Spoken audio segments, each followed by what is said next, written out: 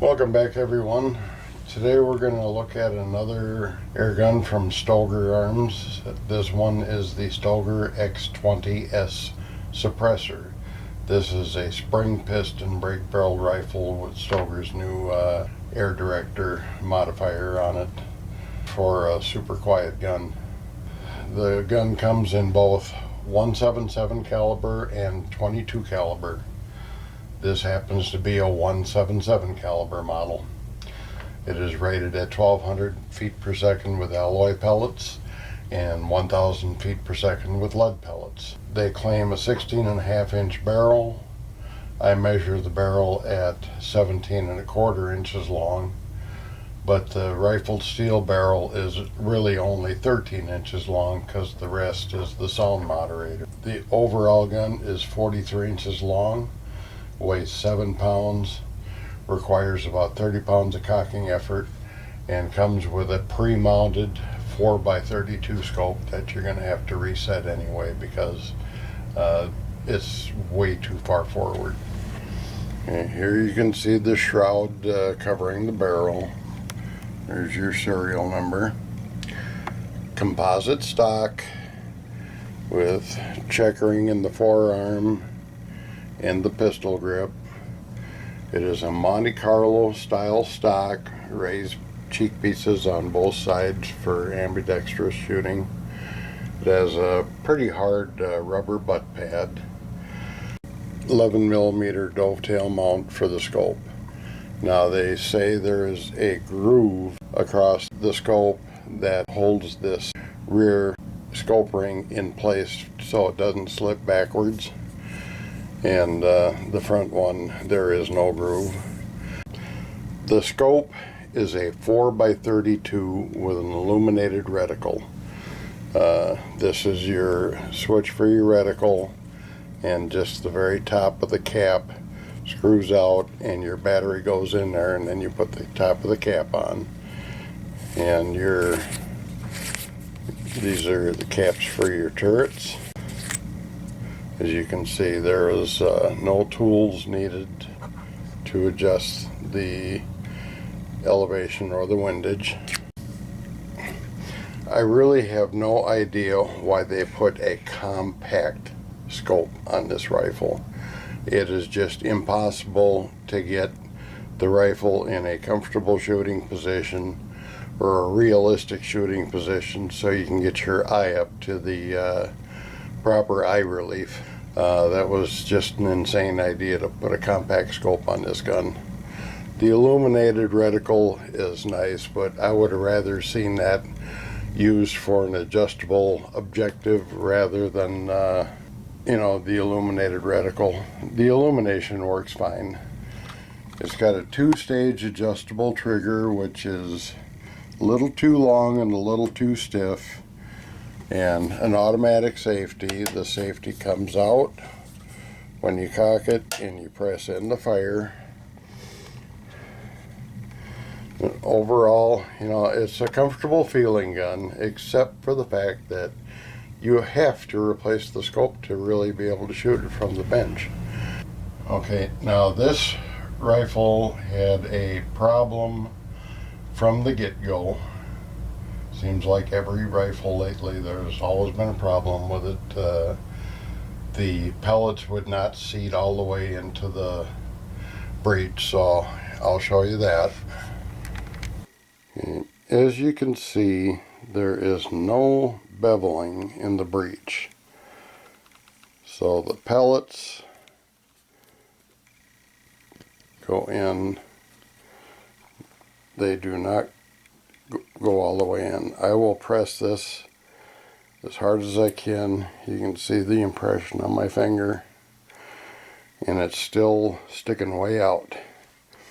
So when you close the barrel, it shaves the skirt off like this.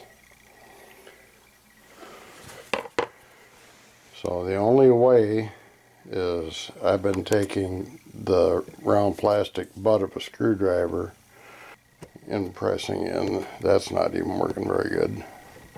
Works better when it's in my hand. That kind of flattens the end of it. But when I would press it in like that, it would pick up 45 feet per second on average. So I have talked with Stoeger. They said yes, that has been a problem. Send the rifle in, they would fix it or replace it. I talked with Greg over at Pyramid Air, and he says go ahead and try and open it up a little bit. So we're going to see if we can open that up a little bit with a Dremel tool and make it so the pellets fit in a little bit better. If you can see, just a very slight bevel is all we put on there, not real deep, using this bit right here on a Dremel tool. I'll place the pellet in, and the pellet fits pretty much flush. That took care of it. Okay, when I was forcing the pellets in versus not forcing them in, they would actually elevate the feet per second about 45 feet per second on the chronograph. After I did the bevel and put the pellets in, the feet per second dropped about 10 feet per second with that particular pellet, but everything shoots really consistent now, so I think we did not hurt its velocity.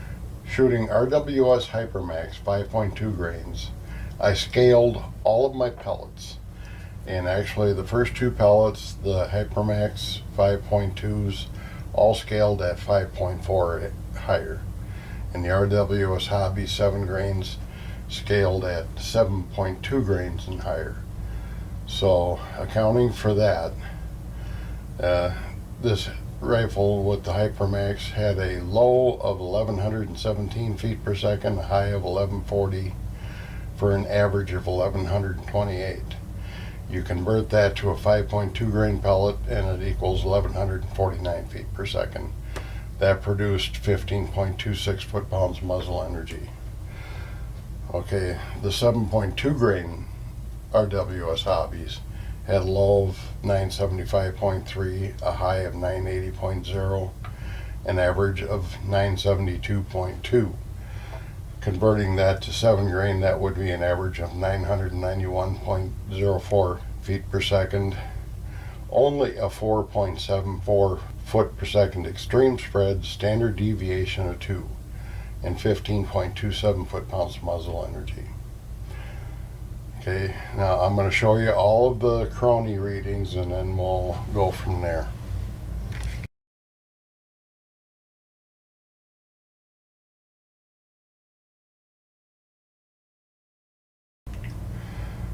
Okay, our most consistent pellet was a Crosman Premier Heavy 10.5 grain. It had a low of 762 feet per second, a high of 766.5 feet per second, average of 764.5 feet per second, extreme spread of 4.49, standard deviation 1.41, but they only generated 13.63 foot-pounds muzzle energy. All of the pellets over 10 grains only averaged in the high 13 foot-pounds of muzzle energy range. All the rest of the pellets under 10 grains averaged in the high 14 to low 15 foot-pounds muzzle energy range. Our most powerful pellet, actually the Crosman Destroyer 7.9 grain. It had a low of 927.5, a high of 938, average of 934.9, extreme spread 10.56, standard deviation 4.47. That gave us 15.34 foot-pounds of muzzle energy. The most accurate pellet was the JSB Diablo Match Exact 8.44 grain. It had a low of 893.7, a high of 901.5, an average of 897.1, extreme spread of 7.79, standard deviation 3.31. That pellet also generated 15.09 foot-pounds of muzzle energy. Okay, for the accuracy test, I had quite the trials out there because, like I said, it's a compact scope that sits way too far forward. That would be a decent scope to put on, say, the Crosman MTR-77 that's got a shorter stock, where you can get right up there and see it. If you're going to do any serious shooting, you're going to need to replace the scope with a non-compact scope. I was able to get a clear reticle and a clear sight objective, at 20 yards, and I was able to see where the pellets were hitting for the most part. But like I said, it was just such an awkward shooting position. I paid for it with accuracy.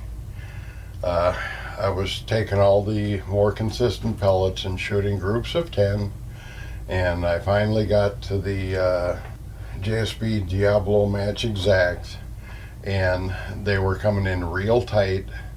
So after shooting 10 of them and seeing the pattern, I spent the next 10 shots dialing in the scope and then did the accuracy test, and I was really dialed in when I was adjusting the scope and everything, and I was putting them through the same hole.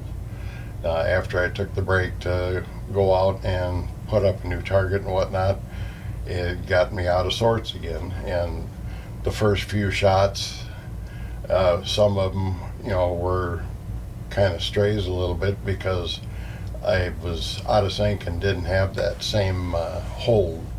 So I did 10 shots so you could see, I could get back in sync a little bit and you could see how accurate the gun could actually be.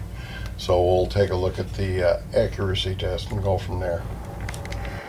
Okay, we're going to try 5 shots or so at 20 yards. We'll be shooting JSB Match Diablo Exact 8.4 4-grain pellets.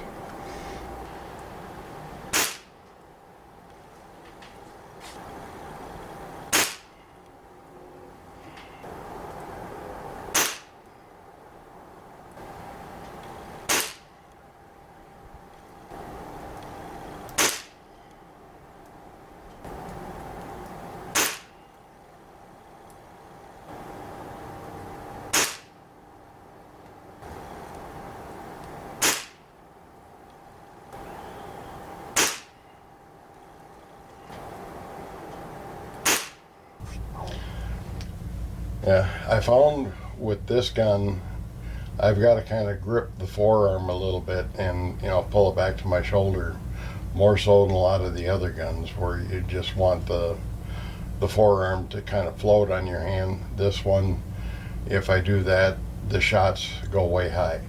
So I had to kind of pull back on my shoulder and keep everything right. And when I did my part, I was putting pellet after pellet through the same hole. This rifle can be super accurate, and I'm sure that if this is your only air gun or it's your main air gun and you shoot it all the time, it'll become second nature. For me, I shoot all sorts of different air rifles, and I've just got to kind of shoot one enough to get in sync with it, and I know what it takes to shoot it accurate. It's just a matter of doing it time after time. This is a $200 gun, and for $200 I think it should be just a little bit more powerful, but it is acceptable, and it should have a better scope.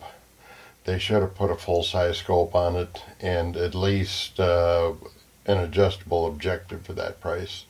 They could do away with the illuminated reticle. That's really kind of useless.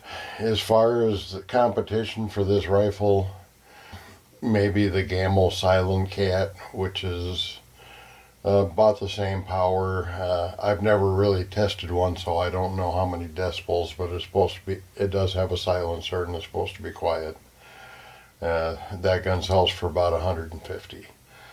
The Ruger Yukon that has a gas spring instead of a metal spring. It does have open sights. It does have a slightly better scope, but it also weighs more. It weighs like 9 pounds or 9.5 pounds, where this is a 7-pound gun. So if you're looking for something that's super stealthy and very accurate with enough power to, blink squirrels and rabbits, this could be the ticket. It is a good gun. I don't know that I would pay $200 for it, because you're still going to have to invest in a better scope. But it is a good gun. It's one of the more accurate guns out of the box. Didn't take a ton of shooting to get it broke in, and had no problems with pellets tumbling. But I did not clean the barrel on this one, because I did not want to disturb the baffling in the suppressor. If this is what you're looking for, it is a good gun. It's about all I really have to say about it. Thank you for watching this review.